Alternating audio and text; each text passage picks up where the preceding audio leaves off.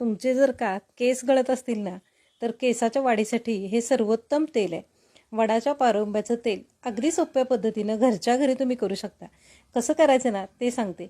आता पावसाळ्याच्या दिवसात कोवळ्या वडाच्या पारंब्या मिळतात, तर त्या आधी तोडून आणायच्या, स्वच्छ धुवून घ्यायच्या आणि अशा ठेचून ठेवायच्या. त्यानंतर 5 ते 6 कापराच्या वड्या किंवा जास्तीही चालतील. एक छोटंसं भांडंभर तेल आणि 2 चमचे मेथ्या असं घ्यायचं. मेथ्या बारीक कुटून बारीक करायच्या.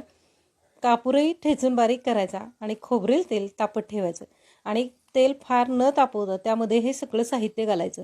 म्हणजे मेथ्या, वडाच्या पारंब्या आणि कापूर एवढं साहित्य घालायचं आणि 5 ते 7 मिनटं बारीक गॅसवरती शिजवून द्यायचं. सगळा अर्क उतरला ना की हे तेल काढायचं आणि रोजच्या बाटलीमध्ये भरून ठेवायचं. रोज केसाला लावायला वापरा. केस मस्त सिल्की आणि दाट होतात. हे तेल नक्की करून ठेवा.